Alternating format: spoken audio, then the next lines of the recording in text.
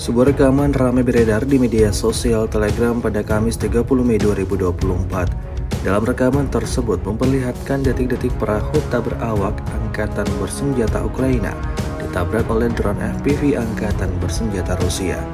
Tidak hanya di darat, serangan intens juga diluncurkan pasukan Rusia di tengah laut. Perahu Ukraina yang sedang beroperasi diidentifikasi dan dihancurkan oleh pelaut armada Laut Hitam di tengah laut. Seperti yang terlihat dalam rekaman, dengan kecepatan tinggi UAV Rusia dengan cepat datang melibas target. Insiden ini menambah daftar panjang kerugian yang didapatkan pasukan Ukraina.